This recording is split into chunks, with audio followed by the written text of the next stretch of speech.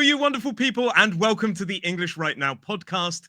I'm your host, Roy Woodhouse, and today, in this episode, we're talking about the do's and don'ts when you go to a British pub, what you can do and what you shouldn't do. And joining me, of course, is my dear friend, Rob.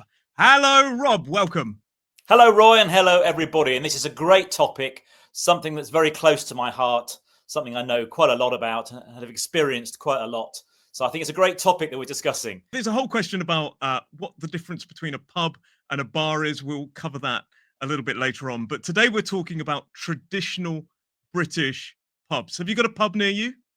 Yeah, I'm very lucky. Even though I live in quite a small village, we've got 4 pubs within half a mile of where I live. So quite a choice. Some very traditional pubs, sort of like what I would call an old man pub, where lots of old men sit around the bar and there's lots of trinkets and bits and pieces around. Then we've got more of a kind of a family pub where you can sit down in a restaurant and also have a meal, something to eat. Then there's a very fancy pub that has lots of very bright lights, probably for the younger people. And then there's another traditional pub just down the road. So plenty to choose from. Nice. And you used an interesting word there. You said there's a kind of old man pub, which it's not just for old men, obviously, but it's got that idea that it's kind of a place for maturer people to go and have a drink. And you talked about trinkets, like these are little sort of items that are kind of maybe something to the local area, or the bits of drinking kind of items that relate to sort of memorabilia even. Yes. So lovely. Now, often with these traditional pubs, you get the drinking area, which is often referred to as the bar, and you get sort of a more kind of a quieter area, or an area for eating, which is referred to as the dining area, or even the lounge, if it's just more for sort of a quieter place. Yeah, I would just say also there's a very cozy area in some pubs, a very quiet little back room, often called the snug. You have the word snug? I love that. I love that. So let's talk about going to the pub. So the first question I get asked a lot is table service. Do pubs do table service? That varies. Traditionally, not really. You're supposed to order all your drinks and your food. You go to the bar and you speak to the person behind the bar and you put your order in. But I do know there are some pubs around now where somebody does come out with a notepad and takes your order. That's more for food, really. One mistake that a lot of students, I see a lot of students making, is going to the pub, sitting down and waiting. And it's never going to happen. They wait for their drinks. They're looking around for somebody to kind of take their order. And a lot of people, I find, they get really disappointed because they don't realize. I think the safest thing to do is head to the bar and ask somebody, is it table service, or do we order our food and drinks at the bar? Yeah, that's an interesting point, Roy, isn't it? Because I mean, if you were in France, for example, you always get waiters and waitresses, even in a little bar, don't they, come to you and say, what would you like to drink? I'm afraid, I don't know why this is. Maybe we're just a bit more lazy in the UK, but nobody wants to come and serve you. You have to go and find the drink. Maybe we're lazier. Maybe it's also that, I don't know, maybe we drink so much they don't have time to come to the tables. I don't know. So let's talk about drinking in a pub. A lot of students also ask, do you have to drink alcohol? No, you don't have to drink alcoholic pubs. Again, traditionally, pubs do serve what we call beer and lager and wines and spirits, but it doesn't mean you have to drink those. No, you can go and have an alcohol-free beer. There's a lot more choice in alcohol-free 0% alcohol beers. And then there are soft drinks, the things like Coke, lemonade, cordials, which are like concentrated orange, which you mix with water. So there are other non-alcoholic choices out there. So don't worry about that. And often if you go to a pub that is a little bit more remote, a little bit out in the sticks, which is sort of in the middle of nowhere, somebody needs to drive. And you maybe have a designated driver. And that's the person who will drive the people there and drive the people back. So they won't drink, because there's you can't drink and drive, obviously, in the UK. So somebody is the designated driver. They'll drink soft drinks. They'll maybe drink a lime and soda, or a Coca-Cola, as you say, a Coke. But again, back in the old days, it was the place where traditionally the man would go maybe after dinner or before dinner and have a few pints, because our drinks come in measures of pints, not litres, pints, aren't they? Yeah. Pints, yeah. Yeah, and that's an important thing, to ask for a pint of beer or a half pint of beer? I have heard some people ask for a cup of beer or a glass of beer, and that just sounds it's wrong. But it has to be a pint or a half pint of beer or maybe a glass of wine. We've talked about sort of the do's and don'ts in terms of going to a pub. When you go to a bar, what about people that go there and they're not sure what they want? That's not a good idea. I think you need to know what you want when you go to the bar. I mean, the first thing is when you go to the bar, and we're talking about not a place called the bar, which actually is a bar, a wooden or stone counter where the drinks are served. So, yeah, when you go there, don't form a queue. That's the first thing. Do not Yes. line up for your drinks. Stand at the bar. Even if there are other people, stand at the bar, yeah? Normally we just stand along the bar and wait our turn. This is Yes. really important. You know, you need to know whose turn it is. The person behind the bar will say, "Who's next?" Usually they put the onus, the responsibility on the person, the people at the bar, rather than choosing, because if they choose the wrong person, that may cause an argument. That's absolutely right, Roy. Yes. Wait your turn. Trying to work out who's next. Don't push in front of people. That can lead to a lot of trouble. Wait your turn. Be polite. The Yeah. right way to behave, So yeah, wait your turn. When it is your turn, then as you mentioned earlier, you need to know what you want. Don't go, no. When it's your turn, you go, right, I'll have 2 pints, 1 Coke or whatever it is. Get your order straight Yeah. in, and also have your money ready to pay as well. If you're not 100% sure on the types of beer, you can ask, "What's that like? What's that like? What's?" But I would choose a time that's quieter. If it's busy, I'd probably just go for something because people get a bit frustrated at the bar waiting. And we need to talk about rounds. This is a really important part of British culture. Rounds. And this is something you do with your friends. A round basically means you buy a round of drinks for everybody, and then somebody else in your group, it's Yeah. their turn to buy a round of a drink for everybody in your group, and then you take it in turns. Yeah. And make sure you do take it in turns. And usually at the start, we'll say, "Do you want to do rounds? Do you want to do rounds, or do you want to buy your own drink?" Of course, you can always say, "Oh, no, thanks." Maybe you are the designated driver. You don't want to be buying beers. They're more expensive. So you just sooner stick to buying your own because you're the designated driver. If your friends are nice, they might buy you drinks if you are the designated driver. Yes, if you're going to drive everybody home, it's quite nice if everybody else pays for your soft drinks. Yes, Yeah. that's a nice thing to And do. But I say, generally speaking, I mean, rounds is the best way to go. It's rather awkward and rather silly, really, if everybody goes to the bar to buy their own drink, even if they go one at a time, or if everybody starts counting out their money and going, "There's my money for my drink." It's not very nice, is it? no, and we usually pay as we go. So uh, if you're maybe friends with the landlord or the landlady, they may give you a tab that you pay at the end of the night.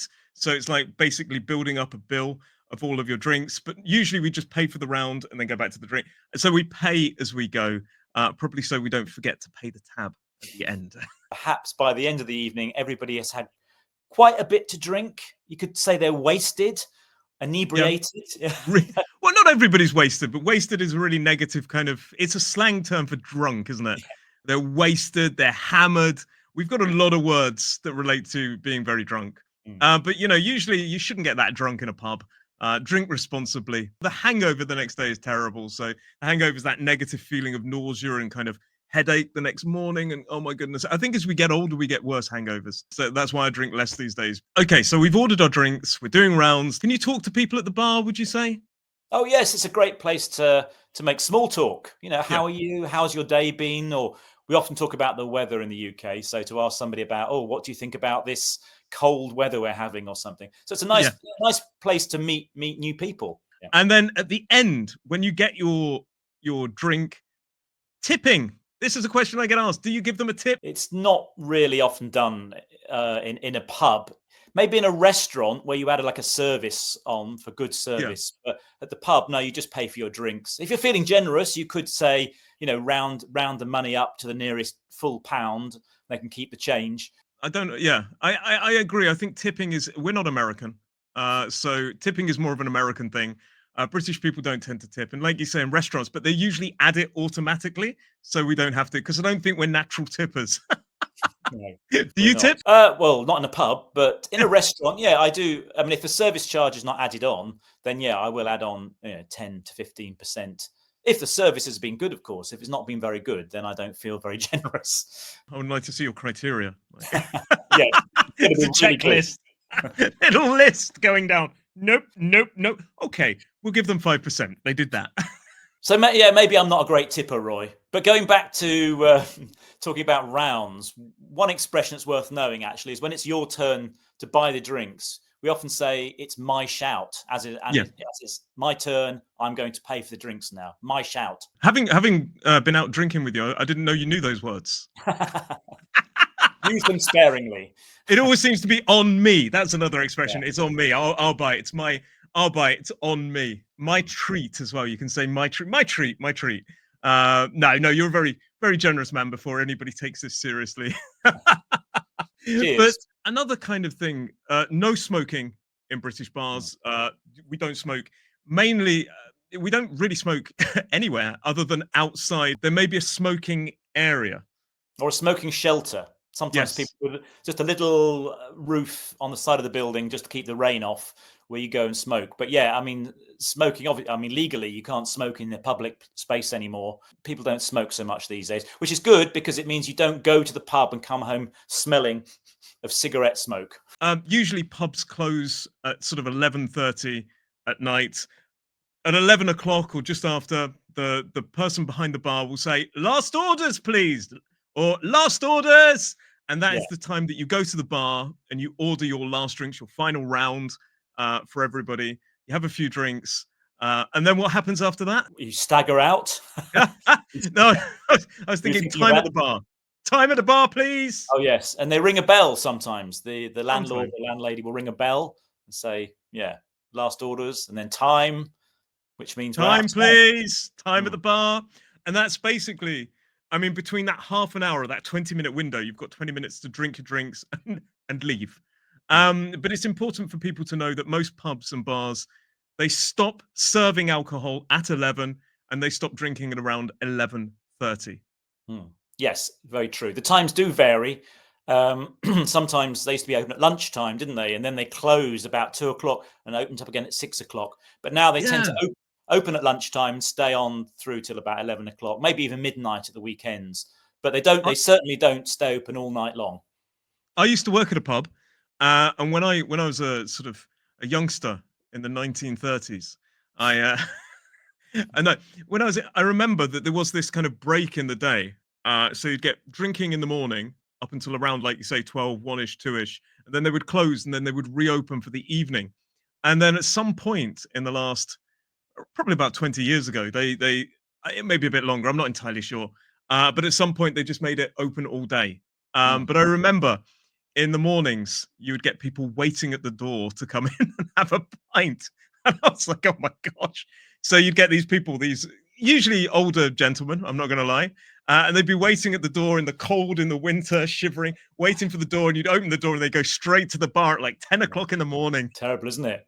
We do have I don't know if that still happens, but no, we do have a bit of a drinking culture, don't we, in the UK? I don't know why, that it's unique to the UK, but a lot of people out there like to drink. Yeah, probably because of our wonderful weather. It's about the only thing we can do. But I think we drink. I think as a nation, I don't know. I don't have the figures, but I imagine we're drinking less, probably because of the price. The drinks tend to be quite expensive, and also because of the obvious health impacts that it has. Yeah. And then, I think these days people are more aware of healthy lifestyles. They're going to the gym more. So maybe alcohol pubs not as popular as we once were. Still very popular, especially with the 30+ crowd. And we said earlier, it's not just about the drinking alcohol. It is a community space, a social space to meet people. Some little local organisations and groups and things sometimes meet up at the pub as a place to meet, not necessarily to get drunk, but just to meet up, have a chat. Buy a soft drink. Spill somebody's drink, buy them a new one. Yes. If you spill someone's drink, Definitely. Oh, yes, definitely. Just to avoid a fight, if nothing else. Yeah, buy somebody else a drink if you spill their drink, Can you take children to the pub? Yes. Certain pubs, they have play areas for children. They do. It's worth mentioning that some pubs have an area just for adults and children aren't allowed, but there'll be another room for the children. Or, like one of the pubs here, we have a beer garden. So in the summer, there's a nice... ornamental garden at the back where the children can run around. You can take your drinks. It's very pleasant. And of course, in summer we have very, very late hours of sunshine, long days, so people do stay in the garden. Yeah, which is very nice. I like that. I like that. Now, if you do have any more questions about what is a pub and what is a bar, they are very distinct things. You can check out this lesson here. It talks about the difference between a bar and a pub. Learn more there. Thanks for watching. I'll drink to that. Cheers.